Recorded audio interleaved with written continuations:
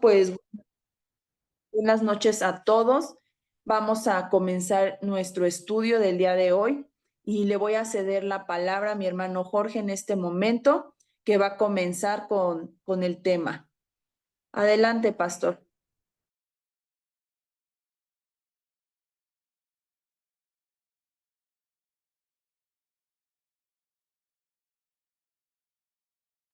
No se oye, Paz. Muy buenas noches en esta noche de viernes. eh, que estamos para iniciar el discipulado sobre la oración y la Biblia, oraciones de la Biblia. En mi caso, les he de pedir su paciencia porque hemos ido despacio en la oración del Señor, en la oración Jesús y la oración de Lucas 11, pero pienso que ha valido la pena, en lo personal ha valido mucho la pena, y yo creo que no es pena, es un gozo estudiar la palabra de Dios con certidumbre, con confianza, que cada día, aunque hayamos leído los pasajes, son nuevas cada mañana tus misericordias, dice la palabra. Cada día es nuevo el mensaje, cada día el Señor se expresa con novedad de vida, porque Él no envejece, Él es eternamente joven. Y pues esta oración que el Señor la enseñó, vamos a Lucas 11, por favor. Los discípulos, pongámonos en el texto de Lucas 11, y pues dice que estaba Jesús orando en un lugar. Cuando terminó, uno de sus discípulos le dijo: Señor, enséñanos a orar, como también Juan enseñó a sus discípulos. Este versículo ya lo comentamos. El versículo 2 les dijo: cuando oréis, decid: Padre nuestro que estáis en los cielos, santificado sea tu nombre, venga tu reino, hágase tu voluntad, como en el cielo, así también en la tierra. También ya le dedicamos una sesión de interpretación y de discernimiento de este versículo. Luego continúa diciendo el versículo 3: el pan nuestro de cada día, dánoslo hoy, y perdónanos nuestros pecados, porque también nosotros perdonamos a todos los que nos deben. Y hasta ahí quedamos el estudio, en el discipulado de hace 2 viernes, porque el viernes pasado no hubo, porque hubo reunión de oración precisamente en la iglesia asociada con otras iglesias, reunión para orar. Y ahora estamos reanudando el estudio precisamente en el versículo 4, segunda parte, que dice: y no nos metas en tentación, mas líbranos del mal. No nos metas en tentación, mas líbranos del mal. De inmediato vamos a ir a un versículo clave para empezar la interpretación de esta porción. Eh, Vamos a Santiago capítulo 1, versículo 12. Santiago 1, 12 al 18 es una porción bíblica muy importante, que tiene relación con pues esa petición que el Señor nos enseñó a hacer, pues hacerle al Padre en estos dos temas: la tentación y la esfera del mal, o el mal, o el maligno. Vamos a empezar con la tentación. Dice Santiago 1:12: bienaventurado el varón que soporta la tentación, porque cuando haya resistido la prueba, recibirá la corona de vida que Dios ha prometido a los que le aman. Vean que tiene una trascendencia importante, pues resistir la tentación, eh, soportar, más bien dice soportar, no resistir. Habla de soportar la tentación y resistir la prueba. Son dos cosas diferentes. Eh, Soportar es saber que en el camino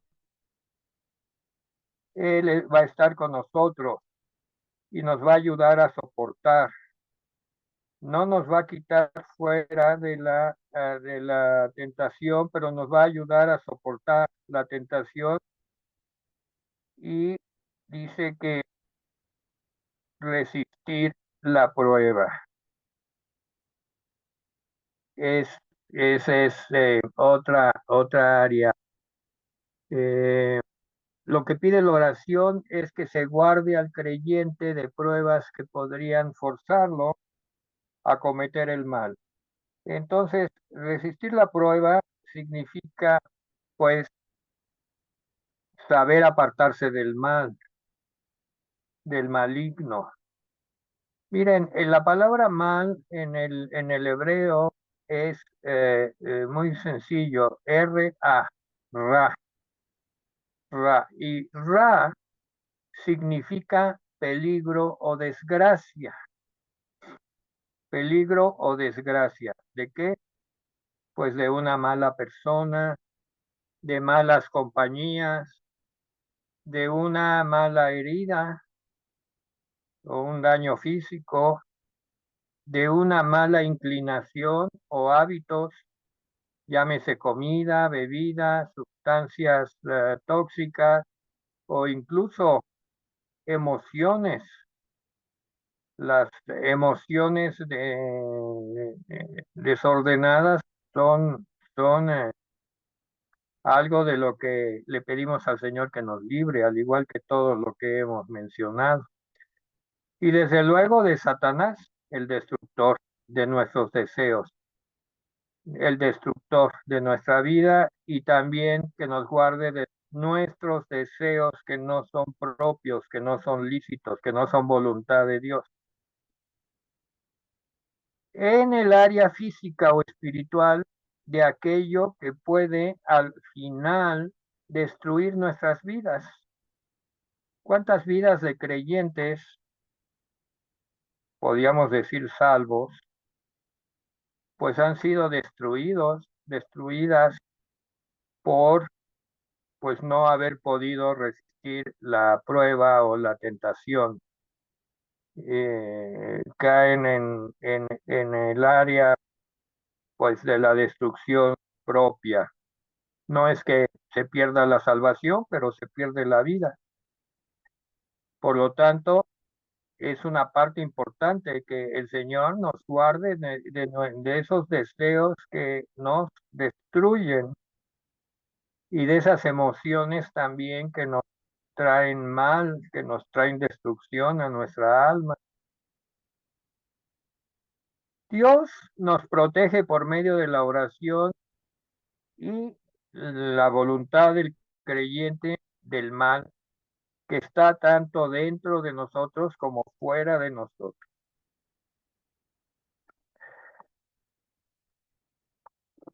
Vamos a ver algunos temas al respecto más adelante, pero vamos a seguir con el texto de Lucas.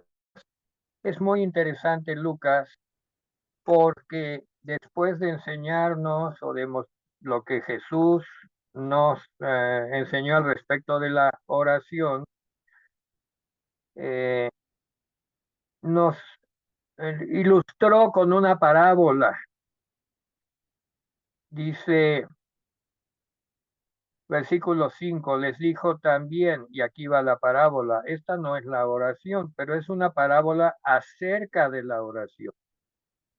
Es muy interesante esta parábola, a mí me dio mucho conocimiento, mucha confianza, fortaleció mi confianza en la enseñanza, esta parábola. Miren, vamos a estudiarla brevemente. Les dijo también, ¿quién de vosotros que tenga un amigo va a él a medianoche y le dice, amigo, préstame 3 panes? Porque un amigo mío ha venido a mí de viaje y no tengo que ponerle delante. Aquí está una persona que tiene un amigo que le puede proveer lo que necesita, alimento, porque tiene otro amigo que está en necesidad y le ha llegado a su casa a visitar y pues le ha pedido que lo albergue y llega con hambre y, y- y- y- y no tiene este amigo que otro amigo. Aquí hay algo importante en parábola, fundamental, de la amistad personal. Y si esto lo llevamos a aquel a quien dirigimos la oración que estamos estudiando en Lucas 11, pues es Dios, es el Padre, Padre nuestro. O sea, llegar a tener ese ámbito de confianza y de amistad con nuestro Padre, pues es algo muy hermoso, muy hermoso. Vamos a seguir con la parábola. Pues sí, ya la puerta está cerrada, mis niños están conmigo en la cama. Las casas orientales pues no eran como que muy cómodas. Cuando ya dormía toda la familia, pues se tiraban, se puede decir, en el piso de diferentes formas y no había manera de pasar. Y era muy difícil abrir la puerta. Sin embargo, el amigo insiste para ser escuchado.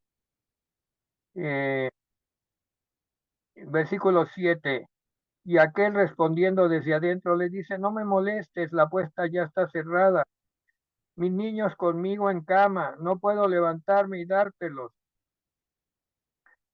Os digo que aunque no se levante a dárselos por ser su amigo, sin embargo, por su importunidad se levantará y le dará todo lo que necesite.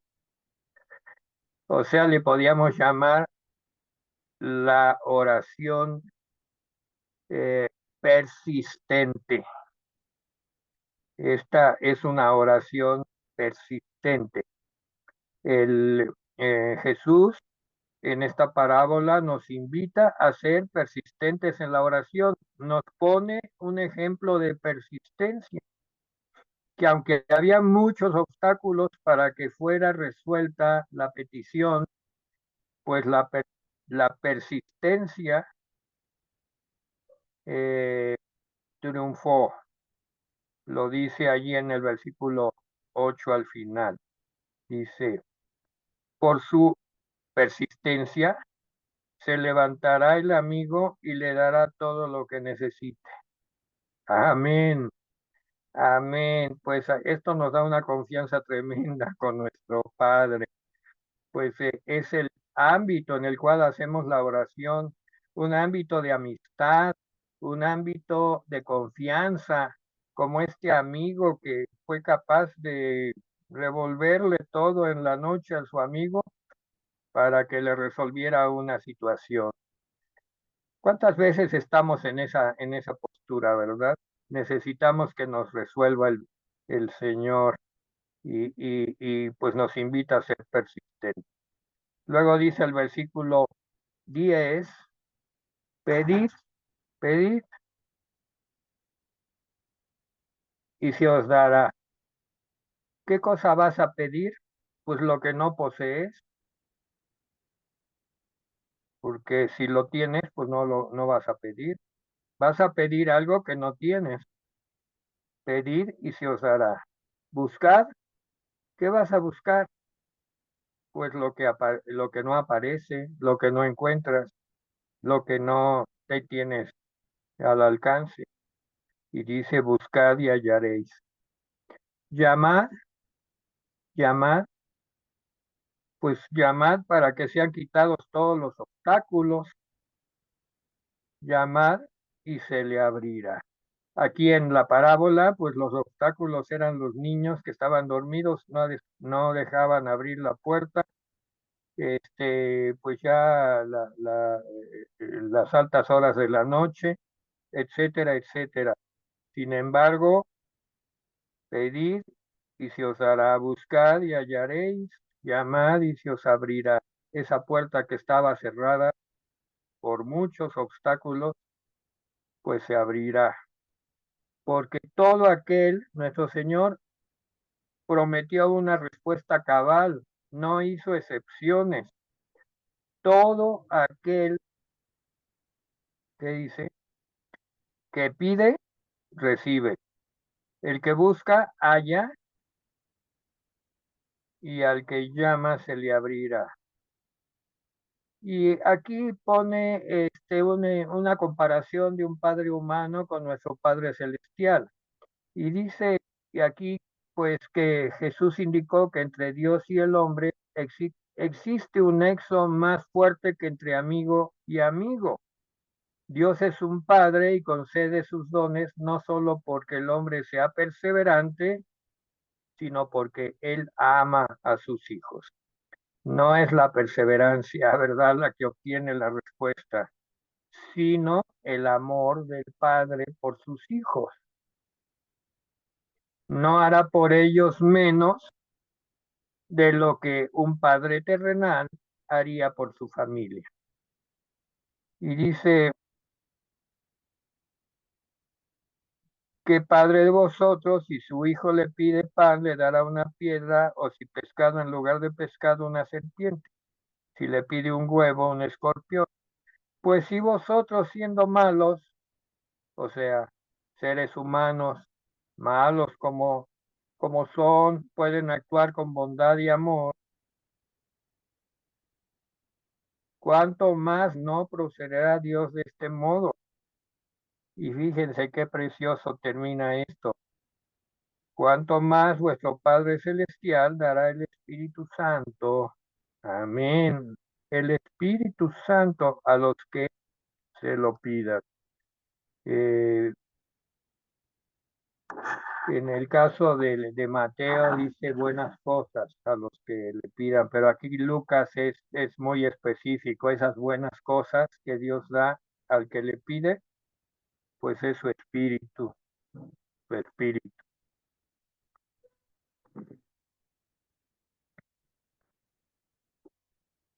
Hay algo que quiero compartir.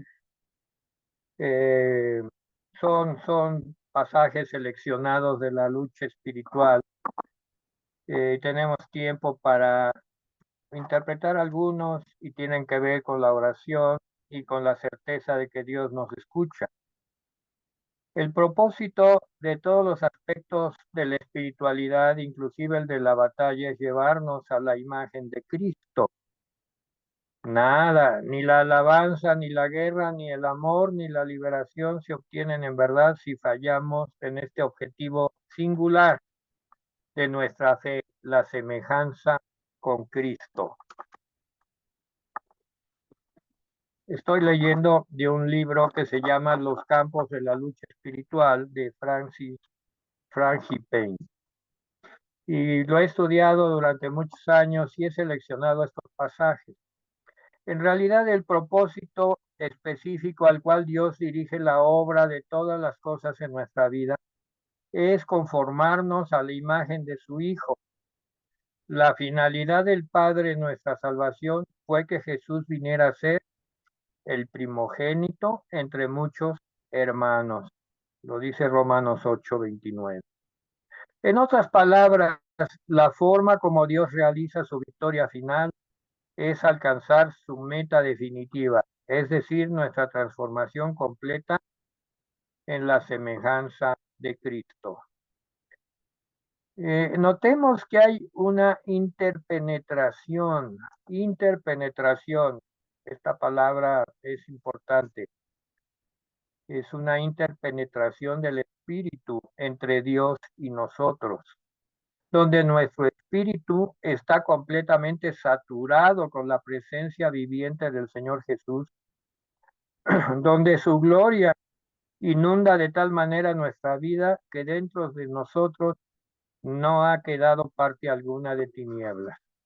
Esta cita de Lucas 11:36 la vamos a leer porque es fundamental en la batalla espiritual. 11:36, ahí mismo donde habíamos leído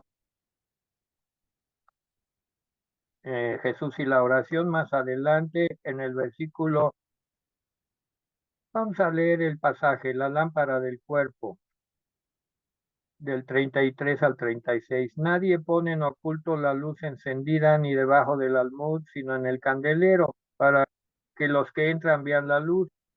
La lámpara del cuerpo es el ojo. Cuando tu ojo es bueno, también todo tu cuerpo está lleno de luz. Pero cuando tu ojo es maligno, también tu cuerpo está en tinieblas. Mira pues, no suceda que la luz que en ti hay sean tinieblas. Y este es el versículo clave, versículo 36. Así que si todo tu cuerpo está lleno de luz, no teniendo parte alguna de tinieblas, será todo luminoso, como cuando una lámpara te alumbra con su resplandor. Aquí es una exhortación a llenarnos de la luz de Cristo. Esta relación con la presencia del Todopoderoso produce en nosotros una defensa indestructible contra el maligno. O sea, aquí viene al caso, ¿por qué lo estamos mencionando esto? En un estudio de la oración y de la lucha espiritual, ¿verdad? Librarnos del mal y la tentación. Pues si estamos rodeados de esa presencia, es como una defensa indestructible contra el maligno, una fortaleza en cuyo interior nos ocultamos el mal.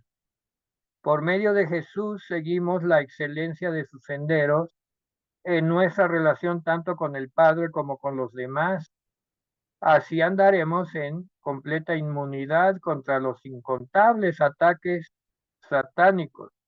Naturalmente, a medida que aumenta su plenitud en nosotros, de su presencia luminosa en nosotros, como está descrito en Lucas 11:36, estar llenos de luz, entonces se cumple lo que está escrito en 1 de Juan 4:17, pues como Él es, así somos nosotros en este mundo. Y dice aquel que fue engendrado por Dios en 1 de Juan 5:18, aquel fue engendrado por Dios, Dios le guarda y el maligno no le toca. Amén. Debemos darnos cuenta que no es Satanás el que nos derrota, en dado caso. En cambio, sí es nuestra apertura a Satanás, darle oportunidad a Satanás en nuestra vida. Esa es la derrota. No es Satanás, es que nosotros le abrimos la posibilidad a Satanás de obrar. Para someter completamente al diablo, debemos caminar y habitar al abrigo del Altísimo. Salmo 91:1. A Satanás, el Altísimo, lo tolera con un propósito. La guerra entre el demonio y los santos de Dios nos lleva, nos impele a buscar la semejanza de Cristo, donde la naturaleza de Cristo se vuelve nuestro único sitio de descanso y seguridad. Amén.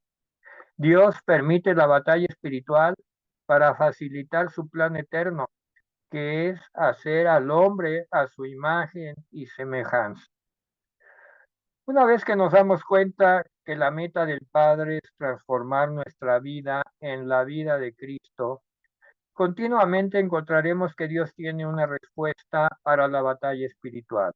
Y la respuesta siempre es la misma: apropiarnos de la naturaleza de su Hijo. En la misma área donde hemos sido atacados, sometámonos a Dios.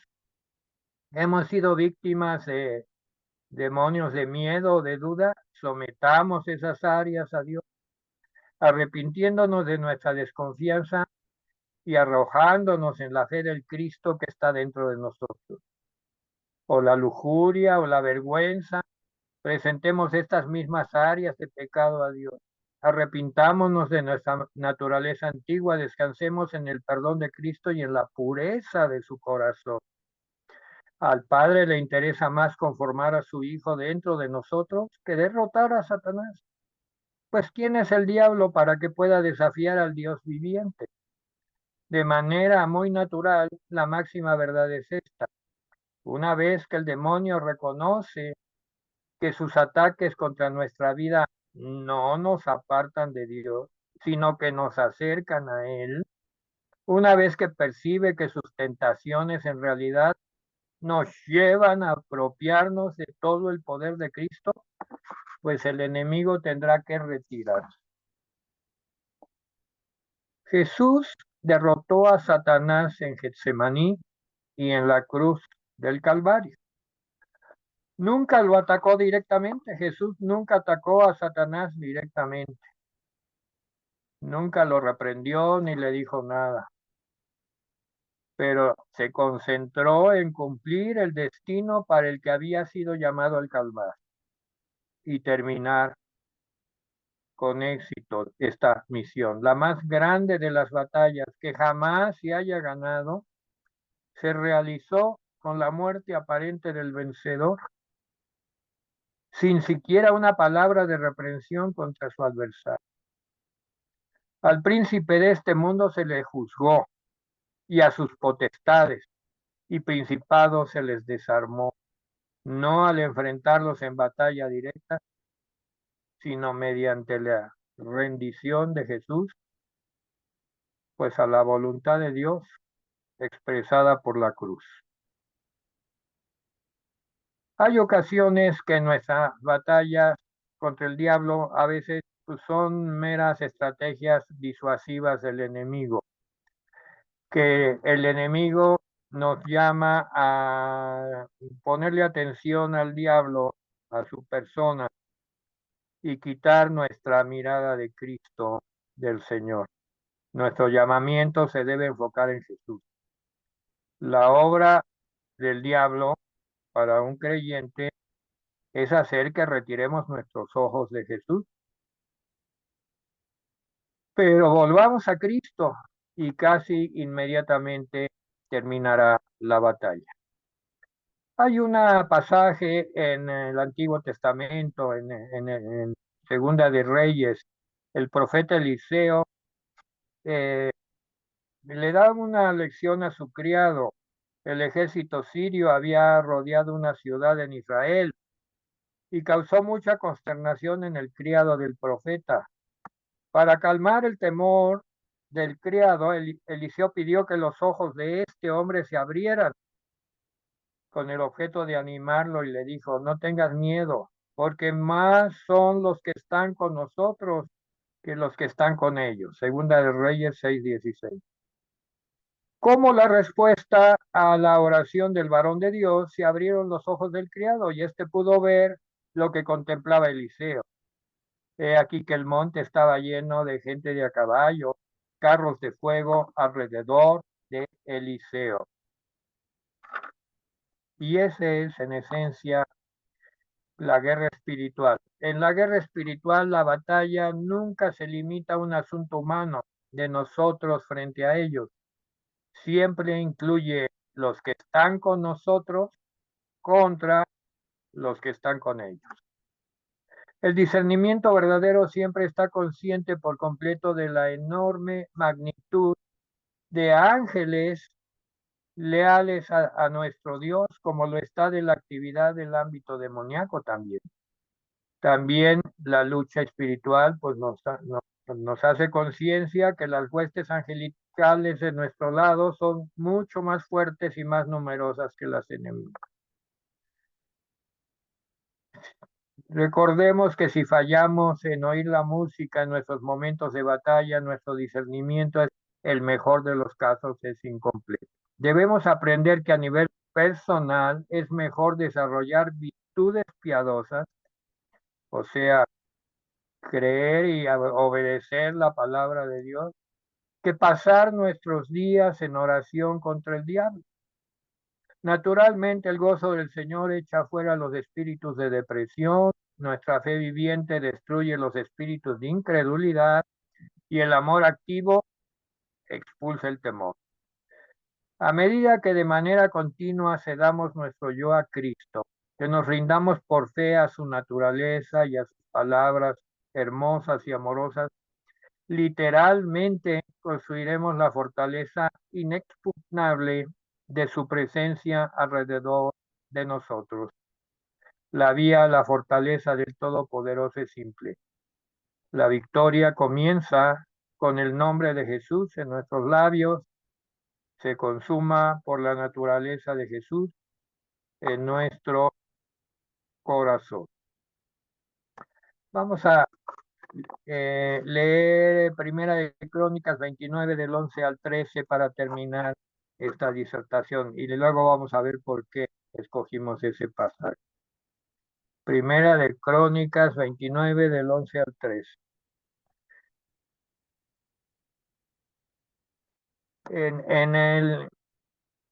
En alguna de las partes donde está en Mateo, la oración que Cristo enseñó a sus discípulos contiene parte de estos pasajes. Vamos a leer el versículo 11. El rey David, el 10, el rey David se alegró mucho y bendijo a Jehová delante de toda la congregación y dijo David, bendito seas tú, oh Jehová, Dios de Israel, nuestro Padre, desde el siglo y hasta el siglo. Fue la última oración de David, esta que vamos a leer. Tuya es, oh Jehová, la magnificencia, el poder, la gloria y la victoria y el honor. Porque todas las cosas que están en los cielos y en la tierra son tuyas. Tuyo, Jehová, es el reino, y tú eres excelso sobre todos. Las riquezas y la gloria proceden de ti, y tú dominas sobre todo. En tu mano está la fuerza y el poder, y en tu mano el hacer grande y el dar poder a todos. Ahora pues, Dios nuestro, nosotros alabamos y loamos tu glorioso nombre. Pues de esta manera terminamos como termina la oración del Señor con esta porción de Primera de Crónicas 29 del 11 al 13. Hay que leerla continuamente porque es algo bellísimo y además una gran fortaleza para nuestra alma, nuestro espíritu. Pues adelante, Yazaret, le damos la palabra a Yazaret para que continúe con la parte que le toca en este discipulado. Bueno, hermanos, pues ya, ¿verdad? Que concluimos la oración de Mateo, la oración que hace Jesús de Lucas, perdón, bueno, también la registra Mateo. Yo voy a tomar una oración del Antiguo Testamento y en esta ocasión vamos a ver la oración de Ana, ¿verdad? Muchos la conocemos, la hemos leído y quiero que vayan conmigo a Primera de Samuel. Vamos primero de capítulo 1, del 10 al 11, ajá, y después nos vamos, porque son como dos oraciones que están en distintos pasajes de Primera de Samuel, pero están unidos, ajá, tienen como una razón de ser una y otra. Y dice la palabra del Señor en Primera de Samuel 1, 10 al 11. Ella con amargura de alma oró a Jehová y lloró abundantemente, e hizo voto diciendo: Jehová de los ejércitos, si te dignares mirar a la aflicción de tu sierva y te acordares de mí y no te olvidares de tu sierva, sino que dieres a tu sierva un hijo varón, yo lo dedicaré a Jehová todos los días de su vida y no pasará navaja sobre su cabeza. Bueno, sabemos, no nos vamos a meter mucho en la vida de Ana porque muchos la conocemos, pero sabemos, ¿verdad? Cómo llega Ana a este punto. Ana era una mujer estéril, infértil, y eso había traído durante muchos años de su vida un gran pesar para ella, porque ella quería tener hijos, pero además su esposo, Elcana, tenía otra esposa, Penina, y esta mujer tenía muchos hijos. Entonces Penina de cierta forma amedrentaba a Ana todo el tiempo porque pues ella tenía hijos y Ana no podía tener hijos. Es en este momento donde llegamos a este punto, o Ana llega a este punto, un día que suben a Silo, ¿verdad? A presentar ofrendas al Señor, como hacían cada año. Ella se apresura, ella ya tenía pensado, ella ya sabía, ya había meditado, ella dijo, voy a ir delante de mi Señor y voy a orar por esto y le voy a decir cómo me siento y le voy a expresar todo lo que pasa en mí. Y es como llegamos a este pasaje. Quiero rápidamente tomar Primera de Samuel 1:18 más adelante, porque después de que llora, de que Elí la ve y piensa que está borracha, y todavía le dice, ay Ana, o tú mujer, pues ya deja ese vicio, ya no andes tomando de esa forma, ¿verdad? Porque fuera tanto su quebrantamiento que Elí la relaciona con que ella está borracha. Pero ocurre algo, dice el versículo 18 del 1:18, y ella dijo, halle tu sierva gracia delante de tus ojos, y se fue la mujer por su camino y comió, y dice, no estuvo más triste. Ok, de ahí, hermanos, ocurre que Dios le da a Ana un hijo que es Samuel, pero acuérdense que ella había prometido que se lo iba a entregar al Señor, lo hizo. Ana cumple esa palabra y lo entrega al Señor. Y es cuando llega entonces en Primera de Samuel capítulo 2, esta que conocemos como la oración de Ana, ¿verdad? O es un cántico también, el cántico de Ana, y dice así, mi corazón se regocija en Jehová, mi poder se exalta en Jehová.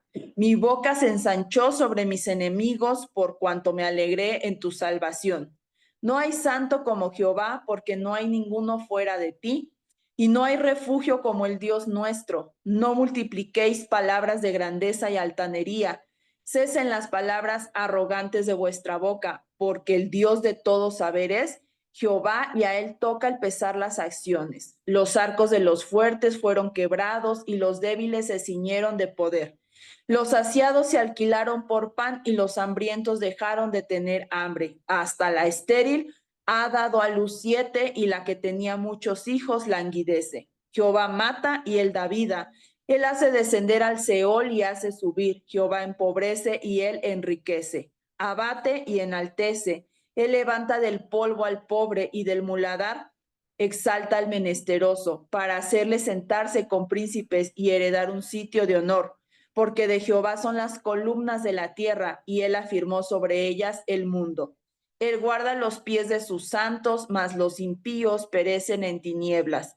Porque nadie será fuerte por su propia fuerza. Delante de Jehová serán quebrantados sus adversarios, y sobre ellos tronará desde los cielos. Jehová juzgará los confines de la tierra, dará poder a su rey y exaltará el poderío de su ungido. Y bueno, hermanos, es así como llegamos a esta oración que la Biblia registra que la hizo esta mujer. Ana, platicando, ¿verdad? Con el pastor sobre esto, decíamos cómo fue que llegó esa oración, quién, Samuel, que fue quien escribió esta carta, quién le contó, quién le dijo que Ana, ¿verdad? Su madre había orado de esa forma y había dicho todas estas palabras, y pues podemos deducir a lo mejor lógicamente, sabemos que Dios pues tiene todo bajo control y Él es el que inspiró la Biblia, pero fue Ana a lo mejor quien fue quien le contó, ¿verdad?, a su hijo Samuel y expresó estas palabras en este pasaje.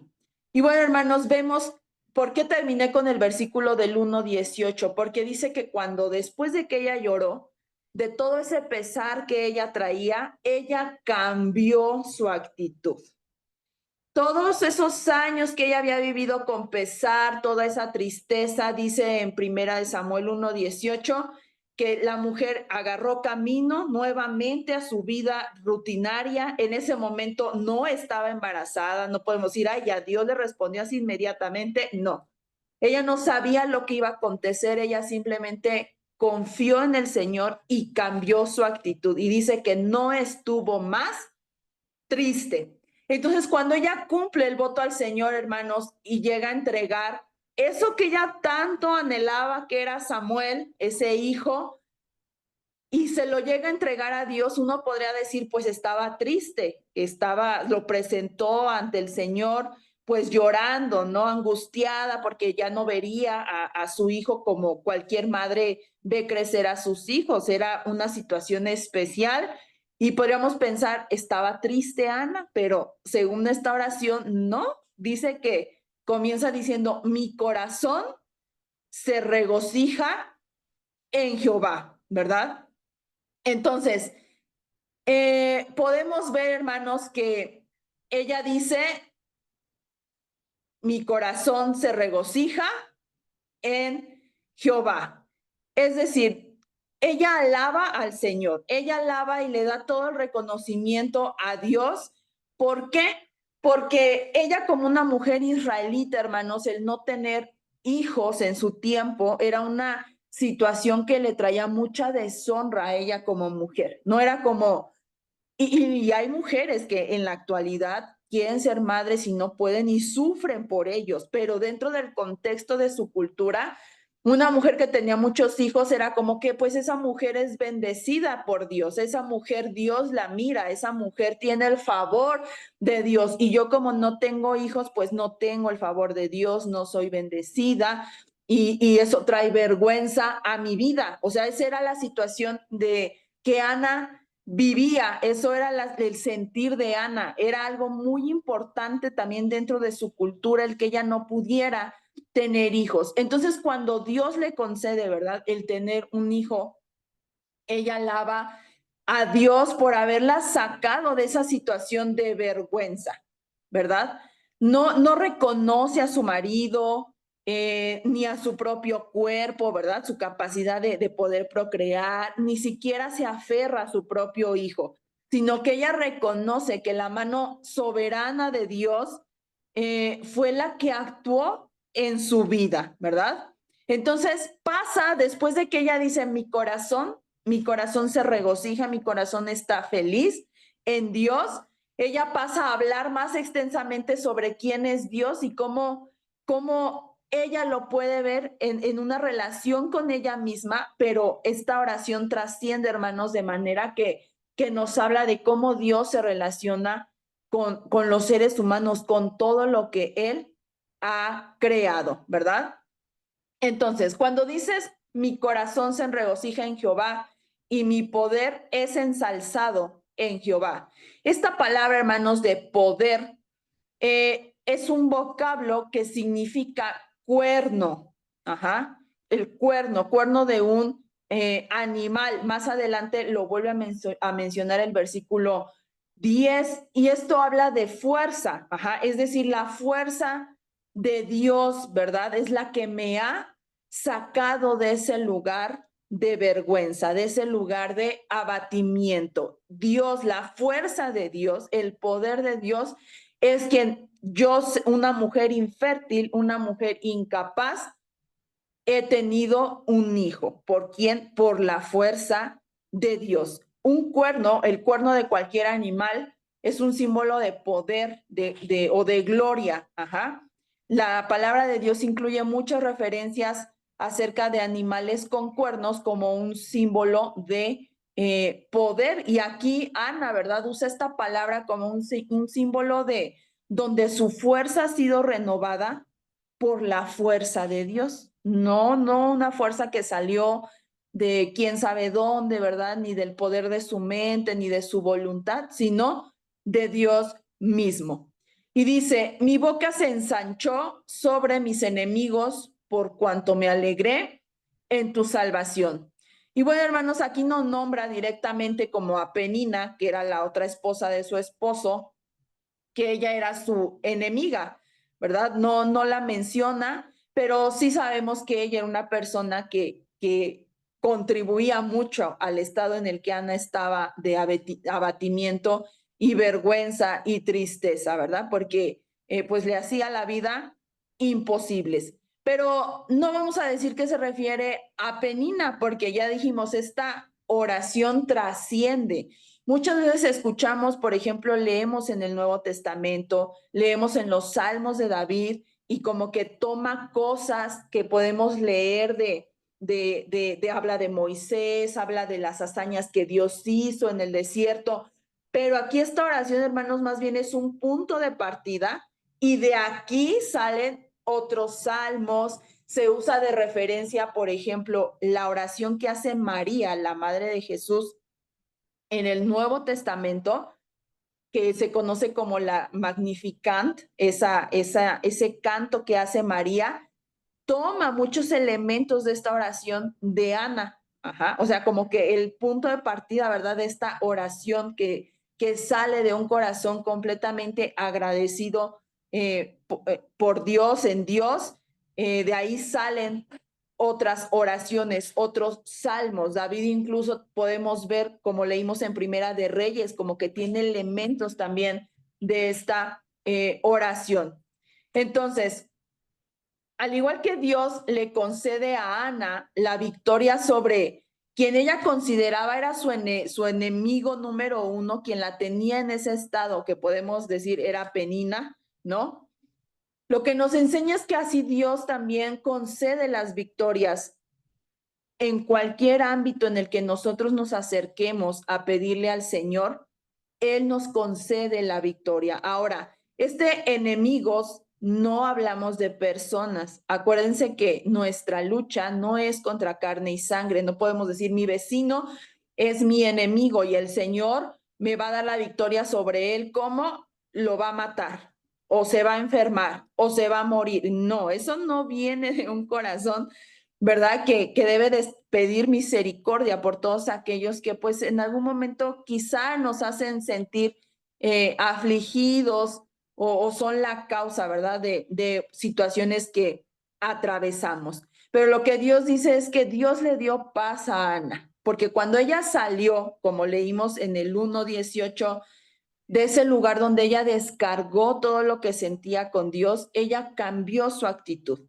Y eso quiere decir que llegó a su casa y Penina ya no afectaba a Ana. No es que le cerró la boca, Dios le cortó la lengua a Penina, seguramente seguía haciendo estos comentarios acerca de su situación, pero Ana simplemente en una confianza, en un descanso que ella había ido al lugar correcto a descargar todo lo que sentía, el Señor le dio paz. Esa es la victoria que experimentamos, ¿verdad? Sobre nuestros enemigos, sobre todo aquello que nos hace apartarnos incluso a veces de Dios. Y dice, por cuanto me alegré en tu salvación. Y dice, y continúa diciendo Ana, bueno, esta oración, no hay santo como Jehová, porque no hay ninguno fuera de ti.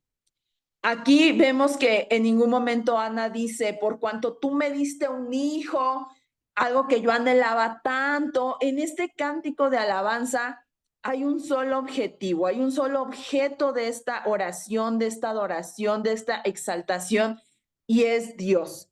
No es Samuel, ¿verdad? No es el que naciera Samuel, en lo que se enfoca a Ana en este cántico de alabanza. Todo el enfoque y el objeto de su gratitud es Dios. Sí hace mención de una estéril que antes no podía tener, pero después Dios le dio hasta 7 hijos, hasta el versículo 5, pero es lo único que hace en referencia a su situación, ¿verdad? Esta canción, esta oración puede haber sido inspirada por la transformación que trajo Dios a la vida de Ana, no tanto el nacimiento de Samuel, sino la transformación, el proceso entre el que Samuel naciera, Dios le concediera tener un hijo, Ese tiempo Ana ya no lo vivió de la misma forma, ya no lo vivió apesumbrada, decaída, triste, sino gozosa, alegre, feliz. Esa es la transformación, ¿verdad? En la que Ana le rinde gratitud a Dios en esta oración. Entonces, Dios es alguien que se distingue por su santidad. Si hay alguien que, pues, de santo, pues ese es nuestro Dios. Y esta oración dice, no hay un santo, no hay santo como Jehová. Ahora, hay dos manifestaciones de esta clase de santidad, de la santidad más bien. Uno es la separación, porque santo significa apartado, separado. La separación de Dios de todo lo demás, la separación de Dios de lo ordinario, de lo humano. Él es el creador. Dios está sobre todas las cosas. Él creó todas las cosas y lo demás pasa a un nivel de es lo creado por el creador. No hay dos creadores. Hablando en términos absolutos, solo hay uno solo, el único creador, y todo lo demás es lo creado por él. Ajá. Y nosotros debemos de tener este cuidado de nunca confundir al creador con lo creado. Y eso es un punto, hermanos, donde muchas veces nuestras oraciones son estorbadas, o no son, o no vemos una respuesta clara de Dios porque nosotros hemos confundido este término, que Dios es el creador y todo lo demás es lo creado. Samuel era alguien creado por el creador. ¿A quién Ana le debía de rendir tributo, obediencia, devoción, amor? ¿Al creador o a lo creado? Aunque era su hijo y era lo que ella más anhelaba, ella tenía claramente bien identificado quién es el creador, el santo de todos los santos, y quién es lo creado. Y entre eso creado estaba Samuel, en segundo término, su familia, muchas otras cosas, pero el creador pues es uno, ¿verdad? Dios. Entonces, lo que es santo por estar asociado con Dios, también posee esta cualidad de santidad, y ahí entramos nosotros. Nosotros somos santos apartados porque estamos asociados con Dios por medio de Jesucristo, de nuestro Señor Jesús.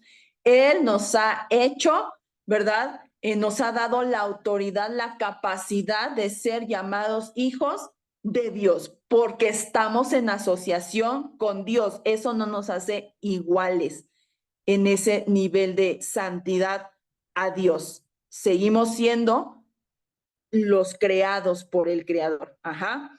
Entonces, hay muchas cosas dentro de la Biblia, hermanos, que vemos que fueron apartados, fueron separados de Dios porque iban a tener un propósito y un uso y una cercanía específica con el santo. Y por ejemplo, vemos el tabernáculo, ¿verdad? Fue Dios muy explícito en dar ciertas instrucciones de cómo se haría, y había un lugar muy especial que dice, ese va a ser el lugar santísimo donde estaba su presencia, ¿verdad? Y él decía que todo lo que se rendía al tabernáculo, por ejemplo, su mobiliario, iban a ser específicamente para el tabernáculo, no se podían utilizar para ninguna otras cosas.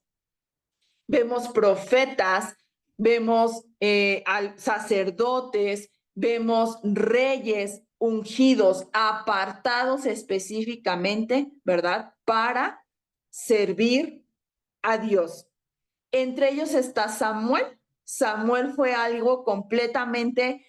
completamente apartado desde su concepción en ese milagro que Dios sobró en la vida de Ana para él. Pero hay una segunda manifestación de esta santidad de Dios y es, hermano, su perfección moral. Ajá. Dios Es un Dios justo, que Él actúa siempre justamente. Es un Dios que honra pactos. Si alguien nos es ejemplo de una persona que cumple su palabra, es Dios. Y nunca se olvida, ¿eh? Nunca se olvida de todos sus pactos, de todas sus promesas. Ajá. Y en esa santidad y esa perfección moral que Él tiene, Él siempre va a ser justo, lo justo y santo, ¿verdad? Y es en esa confianza, hermanos, que Ana oró a Dios. Ana salió de ahí, cuando leemos en primera de Samuel 1:10, descargó en Dios lo que sentía, pero ella salió de ahí y realmente ella no sabía lo que iba a acontecer. Ella no sabía si Dios le iba a decir, sí, te voy a dar un hijo, o un no, no es tiempo, no te voy a dar un hijo, no es mi propósito. Ella no lo sabía, pero ella confiaba, ¿verdad? Confiaba completamente en este Dios santo que sabe lo que hace. Eso es una cosa tremenda que hay que aprender de esta oración, hermanos, que cuando nosotros nos dirigimos a Dios en oración, debemos de confiar que nuestro Dios es un Dios santo y justo, y todo lo que hace posee esas mismas características. Justicia, ¿verdad? Y actúa de acuerdo a su santidad. Entonces, continúa diciendo, no hay refugio como el Dios nuestro. Y pues Dios es un refugio. Ana lo pudo ver de esa forma cuando ella fue a llorar. Quizá nadie más la comprendía. Vemos a un esposo, ¿verdad? Que con muy buenas intenciones, con un amor profundo por Ana, le decía, ay, Ana, ¿por qué lloras? ¿No soy yo mejor que 10 hijos? ¿No? Muy modesto el Cana. Pero Ana ve en Dios ese refugio, él ve una roca, él ve un lugar seguro donde ella puede desplantarse, tomar aliento y seguir adelante, pase lo que pase. Y en la Biblia, hermanos, encontramos mucho la roca como una metáfora para fuerza o estabilidad. Vemos en Mateo 7, ¿verdad? Donde nos habla el hombre prudente que edificó su casa sobre la roca. Y es decir, esa casa se mantuvo estable y resistente a pesar de las tempestades, ¿verdad?, que golpearon contra esa casa. Asimismo, nuestras vidas, cuando están construidas sobre la fe en quién es nuestro Dios, hermanos, entonces nuestras vidas se vuelven fuertes, fuertes porque estamos cimentados sobre una roca. Cristo es nuestra roca, la roca de nuestra salvación, nuestro refugio seguro, ¿verdad? Y continúa diciendo, no multipliquéis hablando grandezas, altanerías, cesen las palabras arrogantes de vuestra boca, porque el Dios de todo saber es Jehová, y a él toca el pesar las acciones. Y vemos, hermanos, que aunque ya dijimos, no nombra a Penina, Penina, vamos a hablar que ella soltaba esta clase de palabras, ella se sentía superior y se pavoneaba enfrente de Ana porque decía, yo tengo hijos, yo sí soy una mujer fértil, yo sí le pude dar herederos a mi esposo, ¿verdad? Con cierta arrogancia, con cierta o con cierto orgullo, ¿verdad? Y Ana dice, pero Dios lo sabe todo. Dios lo sabe todo y a Él, solamente a Él le toca juzgar, juzgar entre todas, en todas las cosas, porque Él es el único que conoce nuestros corazones, ¿verdad? Entonces, después añade, y los saciados se alquilaron por pan, ¿no? Y el Señor mata y Él también da la vida. Ajá.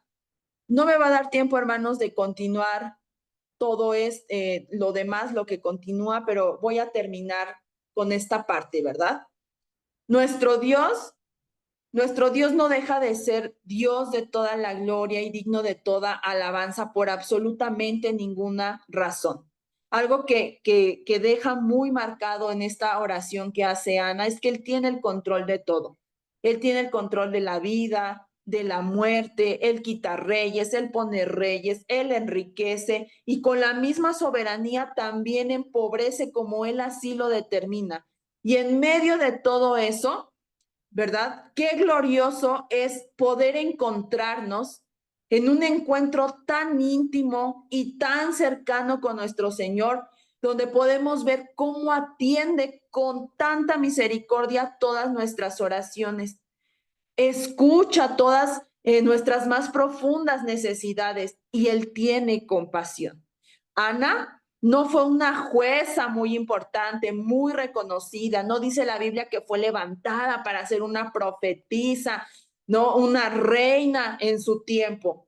Ella era solamente una mujer atribulada porque quería un hijo. Y en esa aparente pequeñez, en eso aparente nada, ella levantó esta gran oración de honra a Dios en algo que aparentemente era pequeño. Ay, Ana, ¿por qué lloras? ¿Por qué no puedes tener un hijo? Pues esa era su afrenta, esa era su necesidad. Y Dios no la hizo menos, Dios no la hizo a un lado. Él miró su corazón, él vio cómo Ana se derramó delante de él y con toda sinceridad le dijo, Señor, yo quiero un hijo. Este es mi pesar, de verdad lo siento. Y no obstante, no dijo, y lo quiero solo para mí. Ella dijo, y te lo voy a entregar y te lo voy a entregar y lo voy a dedicar a ti y voy a hacer lo que mejor yo pueda hacer como madre si tú me permites serlo. Y si Dios le permitió ser madre, ella hizo lo mejor que pudo haber hecho, entregarlo ante Dios, entregarlo en las manos de Dios. Y a mí esto me hace realmente maravillarme y aprender mucho de esta oración que hace esta mujer, no siendo o no teniendo quizá una necesidad tan grande. Ayúdame a conquistar las grandes ciudades, ayúdame a vencer ese rey maligno. Ella solamente quería un hijo y Dios de verdad hizo algo tan asombroso porque ese hijo que ella dedica a Dios fue el que ungió al primero, segundo, ¿verdad? Los reyes de Israel, porque hasta ese momento no había habido un rey sobre Israel. Y ese Samuel, ese hijo que ella apartó y entregó en manos de Dios, fue quien ungió al primer rey. Y hermanos, pues el siguiente viernes, si así Dios lo permite, continuaremos con esta oración. Todavía quedan algunos elementos pero vamos a orar. Bendito Señor, pues te damos muchas gracias, mi Dios. Gracias, Señor, por de cierta forma estarnos enseñando sobre la oración, Padre. Sabemos que la oración es algo que no puede faltar en nuestras vidas, pero también tú sabes, Señor, y lo sabes muy bien. ¿Cuántas veces, mi Dios, nos desanimamos? Hoy, Señor, aprendimos cómo esa persistencia, Señor, esa persistencia que tú demandas de que no debemos cansarnos, Señor, de orar, de platicar contigo, de comunicarnos contigo. Y también aprendemos, Señor, que ninguna necesidad es poca cosa delante de ti. Tú estás dispuesto a atender y escuchar, Señor, cada una de nuestras necesidades, Señor, pero también aprendemos cuánta honra podemos darte, Señor, independientemente de la respuesta que tú nos des, Señor, tú eres digno de suprema adoración y de suprema alabanza, Señor. Ayúdanos a descansar, Señor, verdaderamente en ti, a ir ante tu presencia y desbordar nuestro corazón, dejarte todas nuestras cargas, Señor, y verdaderamente salir, Señor, cambiados de ese lugar de oración, de ese lugar íntimo, Señor, y que eso se refleje en nuestra vida diaria, Señor. Esperar y confiar plenamente, Señor, en que tú eres nuestra roca fuerte, tú eres el Dios, Señor, de nuestra salvación. Y por supuesto, Señor, que tú estás atento a todas, Señor, nuestras oraciones y súplicas, bendito Dios. Gracias, Señor, por animarnos, por alentarnos, por recordarnos que Todo lo que oramos a ti, Señor, no son en vano, Señor, nuestras palabras. Tú estás atento y como decía esta oración, pero tú pesas las acciones y los corazones de todos, Señor. Gracias, mi Dios, porque eres un Dios justo, Señor, y tú nunca, nunca, Señor, te equivocas, Padre. En el nombre de Jesús te damos las gracias. Amén. Amén. Bendiciones, gracias. Gracias, Jazz. Cuídense Gracias, mucho. pastor. Bendiciones.